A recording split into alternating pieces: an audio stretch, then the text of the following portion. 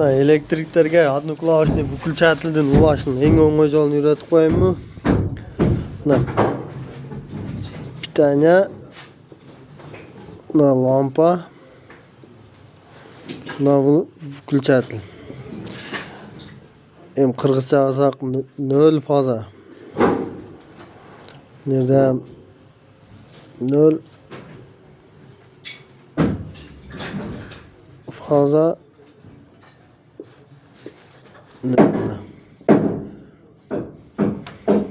0 фаза 0.